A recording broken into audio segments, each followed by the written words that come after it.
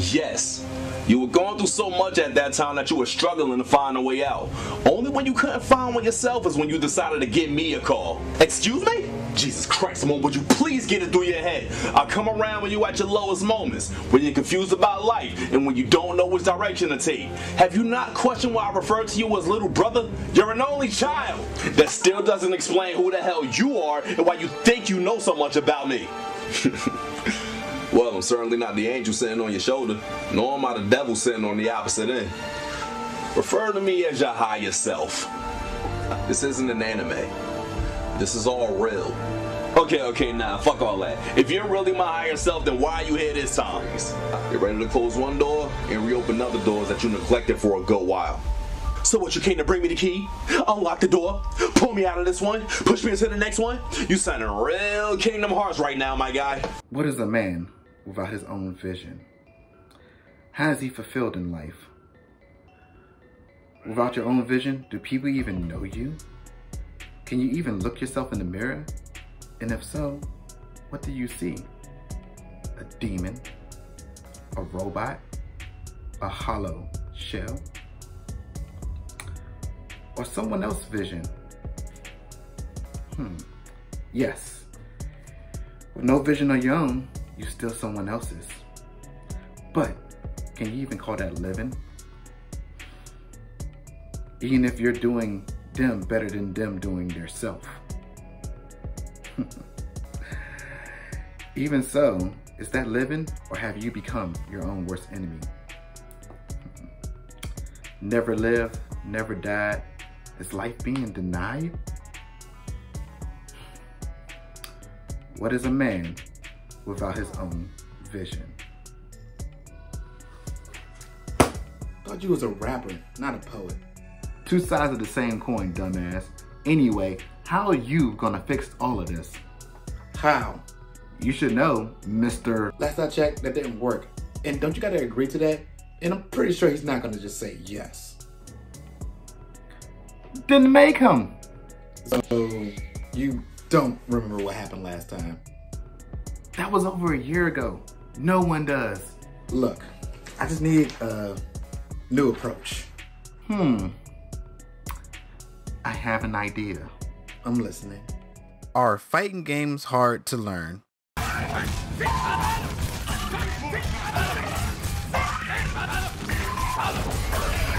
Honestly, no.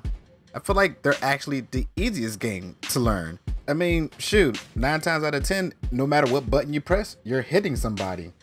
Sounds easy to me. I've never heard somebody say that this fighting game is the Dark Souls of fighting games, as you definitely hear it out to almost every other genre. But the question is fighting games hard against other people? Because trust me, people will go play arcade mode, probably never go to training mode, then go online and get 0 and 13 and say this game is trash. Or something lines of, I can't get into fighting games. But what they really saying is, I lost and I can't blame my team, so I'll blame the game. Because playing online is where you go to get your sense of victory. And that's where the hard part comes in. Because getting a win in a fighting game online is the hardest victory you will ever accomplish. You got Call of Duty, where even if you're trash, you may happen to get on a team where somebody just easily carry you to victory. Same thing with like League of Legends. But nope, in a fighting game, it's just you and your opponent. So no matter what, somebody's coming out the winner and somebody's coming out the loser, and you can't blame nobody but yourself. And also, buying a game is also one of the hard parts, because there's so many different fighting games out there, and some of them really have small fan base. Therefore, the people who are playing it are extremely competitive or extremely good at it, whereas you're just starting to learn, and yeah, you're most likely going to get destroyed. Because it doesn't really help when some people say that they're trying to get into fighting games and somebody just says pick whatever you want, like just pick whatever it calls out to you. What if Guilty Gear calls out to you? You know, that game where only competitive people are at because not many casuals are playing it. Or they say play Soul Calibur. Pretty sure it's not that many casuals playing Soul Calibur right now. And it works the other way too, because I love BB Tag. I like to play it every now and then, but then sometimes I go into a room and it'd be like just 30 people. Okay, fine, that's just one little area. But then all of a sudden the next day it'd just be 4 people and they're already fighting each other. So what am I to do? Oh look, somebody just walks in. I destroy them, now they leave. Now I have nobody to play with. Profound sadness. So it kind of just circles back to fighting games are for everyone, but not every fighting game is for everyone. Just like MOBAs, first-person shooters, and racing games, there's different types of fighting games. And no, not just 2D, 3D platformers. There's more than one 2D style to where, you know, Mortal Kombat has a block button, to where Street Fighter doesn't have a block button, to where Tekken has sidestepping and holding back the block, to where Soul Calibur has 8-way movement and, again, a block button. And don't get me started about anime fighters. Each one of those games are completely different from the other one. Anime fighters, the genre is just completely ridiculous. So before you just jump into that, you have to find the type that works for you, and then you have to find the most casual one of that, because again, you don't want to just play, hey, I want to learn how to play a 3D fighter, then go play Soul Calibur and then just again get destroyed 13-0 and don't ever want to play again. But if you do want to get into 3D fighting, I would say right now the best time will be Tekken. Tekken's rank system is actually pretty decent, so you will definitely find people around your ranking, so you don't have to really worry about that. And the same with Street Fighter. But right now, everything else until a new game comes out, I would want to say stay clear, because yeah, that's like you playing a Final Fantasy game and you go the wrong direction while you're level 2 running into a level 23 monster. Or the Wild World in Pokemon, that's also a good example. You know, it's funny, I keep saying casual, but honestly, fighting games are not really for casuals. The most casual thing about fighting games is being competitive. Ever since the dawn of the arcade, for fighting games, it was either you get good or you lose that quarter and you get off them sticks. Where to everywhere else, it was kind of just for the fun of it, like, yeah, try to get the high score, put your name on there, or the fun little beat 'em up, play with your friends. But fighting games have always inherently been competitive, and that's the fun of it. Somebody once said, but they didn't really say it, it's more of a YouTube video, but in the YouTube video, he said fighting games are like the anime tournament arc. You see people get good, they fight each other, and it's super hype. And honestly, that's the best way to put fighting games. It's super competitive and it's enjoyable to watch. But then when you try, it's kind of hard to get to that level.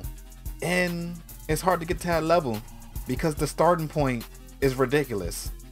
Back when I was a young lad, I could not play Street Fighter with my cousins and stuff because they said it would be a waste of a turn because they would easily beat me. And I'm like, no, I've been training. So they said, fine, do a Hadouken 3 times in a row. I couldn't do it, so I couldn't play. So I went and trained. After I was finally able to do Hadoukens a few times in a row, they said, fine, now do a Soryuken. And I had zero clue how to do that in the first place. And they didn't tell me how. So I had to sit there hours finally figuring out how to do it in the first place. And now I had to do it a few times in a row just so I can play with them. And once I finally did it, they still whooped my butt. Getting into fighting games competitive wise is ridiculously hard. Because before that, I was able to beat the game. I've done beat the game with every character, but then playing against them, it was a whole different story.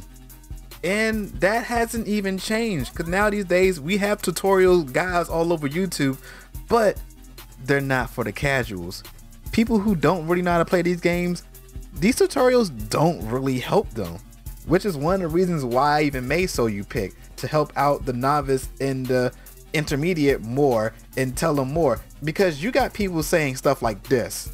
With the quickest possible input, Party Crasher comes out in a lightning fast 12 frames, has a fat hitbox, and can also go under certain small highs like jabs. And I'm pretty sure they have no clue what he just said. Shoot, I've been playing fighting games for years and I still barely understand frame data talk. As for me in a So You Pick, I would say that move comes out extremely fast and it goes under high attacks. So if you know somebody's doing a lot of jabbing, you can go under it and punish them with a good elbow attack. You know, they will understand that more than you saying 12 frames, -2 on block, +4 on hit. Like, what? What did that even mean to a casual person? Nothing. And I'm not trying to say nothing bad. That's a really good guide. Matter of fact, a really good guide. But people who are just getting into fighting games are not going to understand any lick of that. You know who had really good beginner tutorials? Maximilian Dude, back in the Assist Me days. And I found it because I wanted to get better with X23. And oh, they really helped me for my intermediate level, but they also helped people who was beginners to the games to fully understand the full potential of X23, from an easy point to an intermediate point to using her for competitive play. He really broke it down for all 3 levels, and we kind of honestly need more of the beginner intermediate levels, because if you want more people to play, you need to also teach them how to play. It doesn't help to have fun with that. Like, best example would be Lythero. Lythero doesn't really even care about winning. That man just cares about having a fun time and having a blast on his stream. And I try to do that too. It's never about winning. It's always about sending a message for me. I like just joking around, having fun with these characters. But we don't really have that many out there. Most people who stream fighting games are competitors, so they're always serious, not talking, not having fun, just doing ultimate combos and destroying people, which is cool to watch and fair points, but having fun is also a good way to go with it too. But again, we don't have that many of those people. Fighting games usually always get a bad rep of being one of the hardest genres to get into, when honestly it's the opposite. I feel like it's the easiest genre to get into. It's just extremely hard once you go against another opponent. In an RPG, once you go against the super final boss, if you lose, you just gotta go out there, grind, you can come back and beat them once you're on a higher level. But when it comes to fighting games, if you go against an opponent and they beat you and you go out and train and come back, they could probably still beat you, because guess what? They're on the grind too. And for the average human being, losing a lot is gonna make you discouraged and not wanna play no more. But when it comes to other games, when you're just going against the CPU, you can win a lot. And if you do lose, there's easier ways to get around a CPU than a human. And honestly, it does not help when people try to say you should make fighting games more easier to the casuals, because just making it easier for them is making it easier for the pros. That simple gimmick that helps you help us even more, because now we can exploit it and do even better combos. Playing fighting games online is going to be a rough start. Trust me. When I was in college, I played Street Fighter 4 with my friends and I thought I was the shit. But when I got home, got a stable online connection, turns out I am shit, because I was getting destroyed. But with perseverance and a little bit of training and learning from your mistakes, you can get better. It doesn't really take that long, just practice. I mean, that's involved with anything you do. If you practice, you will get good. It's just discouraging because, again, in a fighting game, the only person you can blame is yourself. Unlike a team game where even though you suck, you can easily blame somebody else. What are you gonna do? Say that you're a liar? But anyway, hopefully this doesn't discourage nobody. I just wanted to bring this up about fighting games because it's one of my favorite genres. It's extremely fun. I love the competitive side of it, and hopefully we get more and more people to be more encouraged. Because again, it's not really that hard. Just practice. But with that being said, I'm Slick Tap. And you are?